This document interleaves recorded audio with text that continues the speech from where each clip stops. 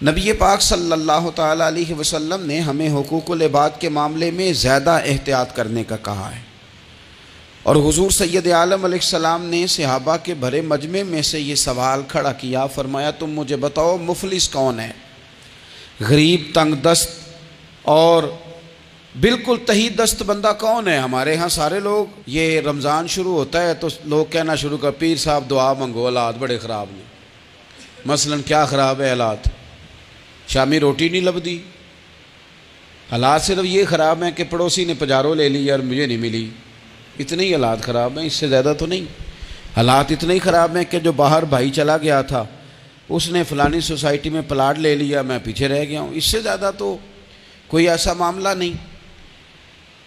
تو کتنے سارے لوگ ہیں جو اس بات کا اظہار کرتے ہیں۔ پھر میں نے یہ دیکھا ہے کہ بلا وجہ کے بعد لوگ شکوے کرتے ہیں، دیکھو جی میرا بھائی ہے، میرا دوست ہے، میرا رشتہ دار ہے، پڑوسی ہے، تو اس نے گاڑی بدل لیا ہے، موبائل بدل لیا ہے، فلانی چیز اس نے لے لیا، میرا خیال نہیں رکھا۔ بھئی مثلا آپ کا کیا خیال رکھنا چاہیے تھا؟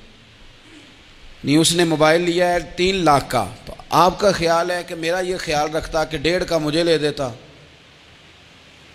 1.5 کا وہ یہ لے لیتا۔ یہ مطالبہ غلط ہے شریعت میں۔ آپ کے جو ذمے، اس کی ذمہ داریاں جہاں تک بنتی ہیں وہاں تک تو وہ ادا کرے گا۔ دیکھیں نا، شریعت اسلامیہ بڑا پیار کرتی ہے بندے کے ساتھ، تو کھرب پتی بندے پر بھی شریعت نے یہ نہیں قدغن لگائی کہ تو کھرب پتی ہے تو اس طرح کر 40% زکوٰۃ دے، یہ نہیں کہا۔ لاکھ پتی بھی 2.5% ہی دے گا اور ارب کھرب پتی بھی 2.5% ہی دے گا۔ اگر اس کے دل میں وسعت اللہ نے پیدا کیا تو وہ لوگوں کا خیال کرے۔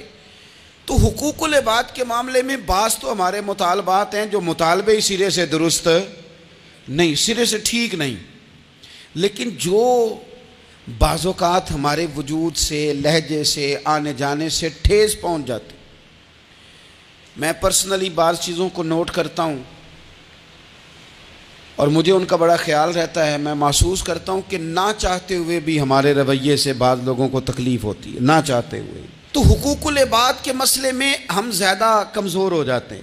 آج یہ سوچنا ہے کہ وہ جو میری ذمہ داریاں ہیں، جو شریعت نے، دین نے، اسلام نے، اور کچھ میں نے خود کہیں شاگرد بن کر، کہیں ارادت مند بن کر، کسی جماعت کا ممبر بن کر، کسی مسجد کی ذمہ داری لے کر، کسی ویلفیئر کام کی ذمہ داری لے کر، کسی غریب کی ذمہ داری لے کر، کسی مزدور کی ذمہ داری لے کر، جو میں نے اپنے اوپر خود چیزیں ضروری قرار دے لی ہیں، میں ان میں کہاں تک کامیاب ہو سکا ہوں۔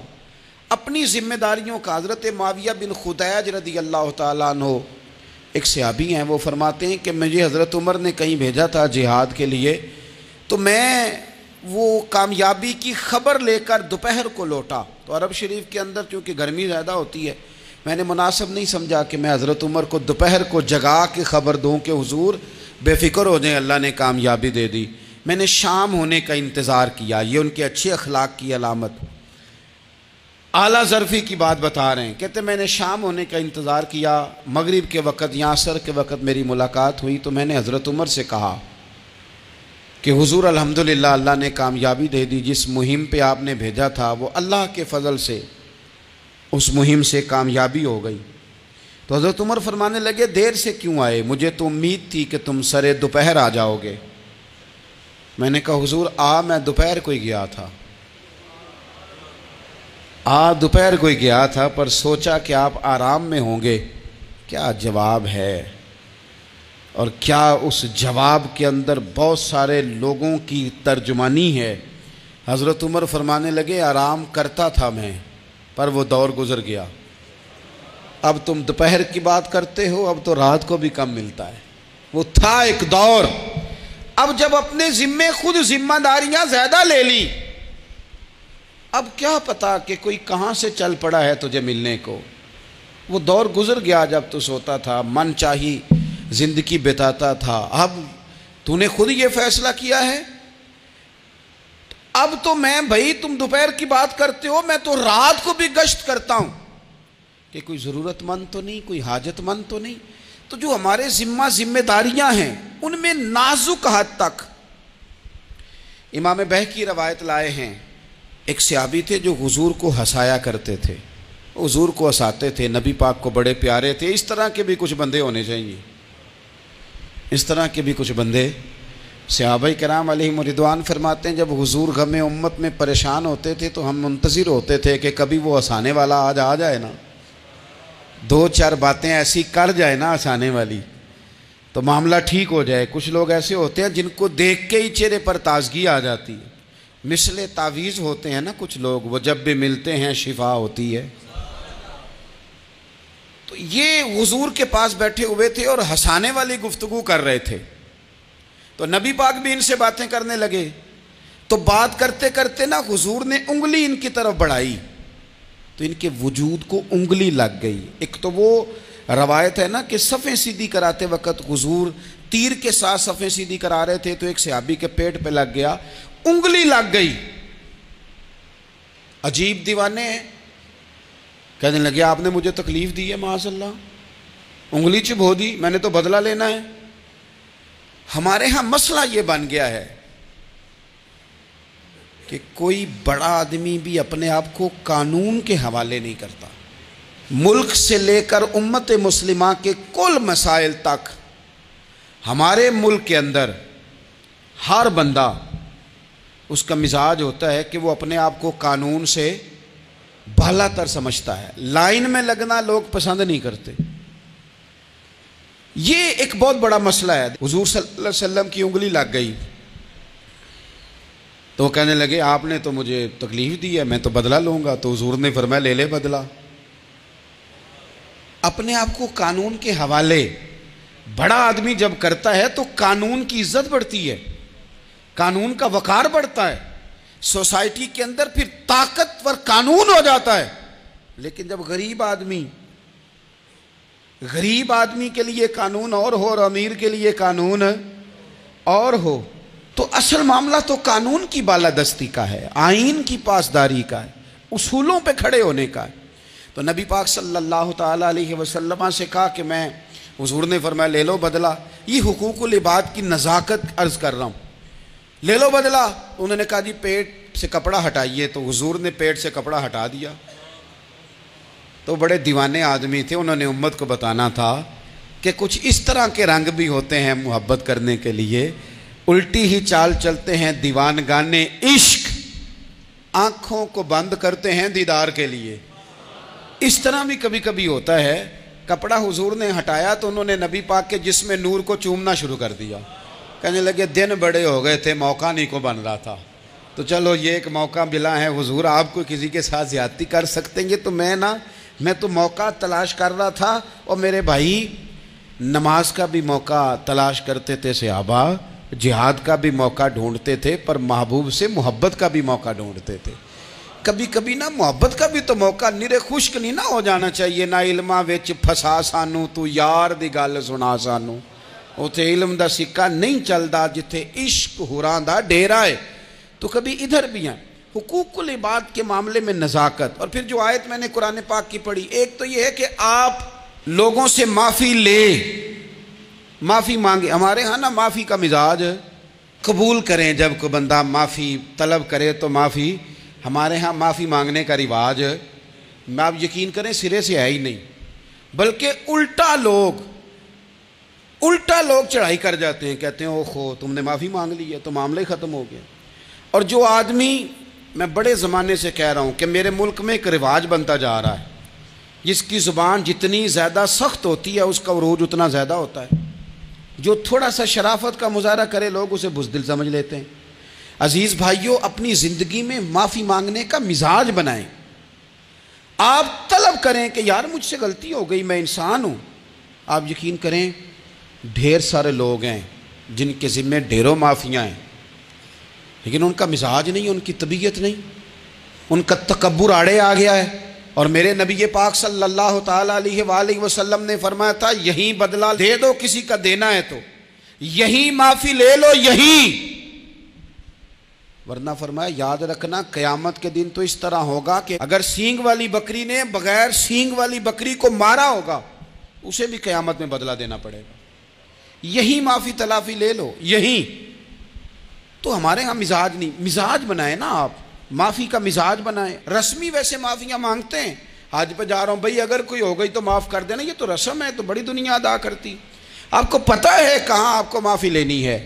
تو جہاں جہاں اس طرح کے معاملات ہیں وہاں آپ کلیئر کریں. صحیح بخاری میں حدیث ہے حضرت ابو ذر غفاری سے، جب کسی نے کہا کہ آپ نے اسی طرح کے کپڑے خود پہنے ہیں جس طرح کہ آپ کے غلام نے پہنے، یہ کیا معاملہ ہے؟ تو فرمانے لگے، اعلانیہ خود بتانے لگے، فرمانے لگے مجھ سے ایک دفعہ غلطی ہو گئی تھی، میں نے ایک غلام کو جھڑک دیا تھا تو نبی پاک نے مجھے تنبیہ فرمائی، تو میں نے اس غلام سے معافی بھی مانگی، اور اس دن سے لے کر آج تک میں جس طرح کا خود لباس پہنتا ہوں اسی طرح کا اپنے غلام کو پہناتا ہوں.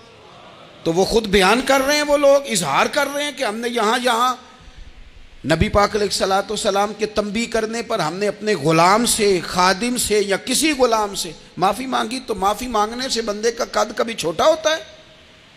میرے نبی پاک علیہ السلام نے فرمایا جو معافی مانگ لے اللہ تو اس کی عزت میں اضافہ کر دیا کرتا ہے. تو اس لیے ایک تو جہاں یہ معاملہ ہے وہاں، اور دوسری جو آیت میں نے تلاوت کی اس میں اللہ کہتا ہے کہ غصہ پی بھی جاؤ، معافی مانگو بھی اور معاف کر بھی دو.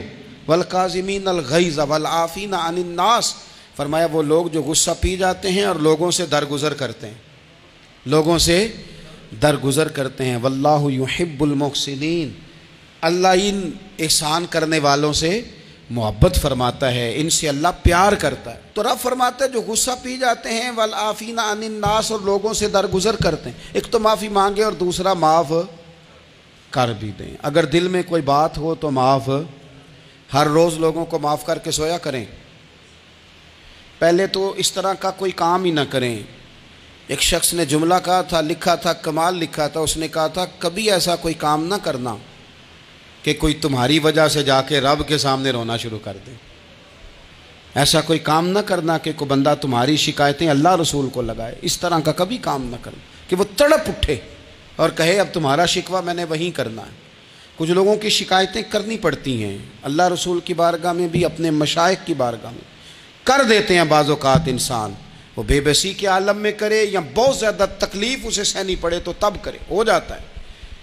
تو ایک تو ایسا کریں نا، اور کوشش کریں لوگوں کو معاف کر دیں، اپنے دل سے چیزیں نکال دیں. دو لوگ بیٹھے تھے نا حرم مکہ میں، ایک صاحب کہہ رہے تھے کہ میرے اوپر وہ بدر میں جو قتل ہو گئے کفار، ان کا ذکر چل رہا تھا، تو دونوں گفتگو کر رہے تھے بدر میں ہمارے اتنے لوگ مسلمانوں نے مار دیے. تو ایک ان میں کہنے لگے کہ اگر میرے اوپر قرض نہ ہوتا اور میرے چھوٹے چھوٹے بچے نہ ہوتے تو میں تو تلوار لے کے جاتا اور مدینہ شریف جا کے معاذ اللہ بدلہ لے آتا. دوسرا کہنے لگا میں دیتا ہوں نا تیرے بچوں کا خرچہ بھی اور میں تیرا قرضہ بھی اتارتا ہوں، تو جا. اس نے کہا پکی بات ہے؟ کہا ہاں، قرضہ بھی میں اتار دوں گا، تیرے بچوں کا خرچ بھی اٹھاؤں گا، تو جا. اس نے خنجر تیار کیا، تلوار تیار کی، گھوڑے پہ بیٹھا، گلے میں وہ تلوار اس نے اپنے ڈالی اور مدینہ شریف آ گیا. اتفاق کی بات یہ کہ ملاقات حضرت عمر سے ہوئی. جناب عمر کہنے لگے مجھے تیری نیت ٹھیک نہیں لگتی. پکڑا کدھر آئے ہو؟ کہنے لگا میں تو بدر کے قیدیوں کے بارے میں بات کرنے آیا. فرمایا تلوار لے کے چل تجھے حضور کے پاس لے کے جاتا ہوں. نبی کریم کی بارگاہ میں لے گئے تو حضور فرمانے لگے کیسے آئے ہو؟ کیسے آنا ہوا؟ کہنے لگے جی میں تو بدر کے جو قیدی آپ کے پاس ہیں ان کی بات کرنے آیا تھا. تو حضور فرمانے لگے چل پھر باقی کی میں سناؤں. خیال آیا مسلمان نیک و بد پہچان جاتے ہیں، محمد آدمی کے دل کی باتیں جان جاتے ہیں صلی اللہ تعالی علیہ وسلم. فرمایا میں سناؤں؟ حضور کیا؟ فرمایا تم اور فلاں بن فلاں وہاں بیٹھے ہوئے تھے نا حرم مکہ میں فلاں پہاڑ کے ساتھ ٹیک لگا کے، اور تم نے یہ کہا تھا نا کہ قرضہ نہ ہوتا، بچے چھوٹے نہ ہوتے تو بدر کے مقتولین کا میں بدلہ لیتا.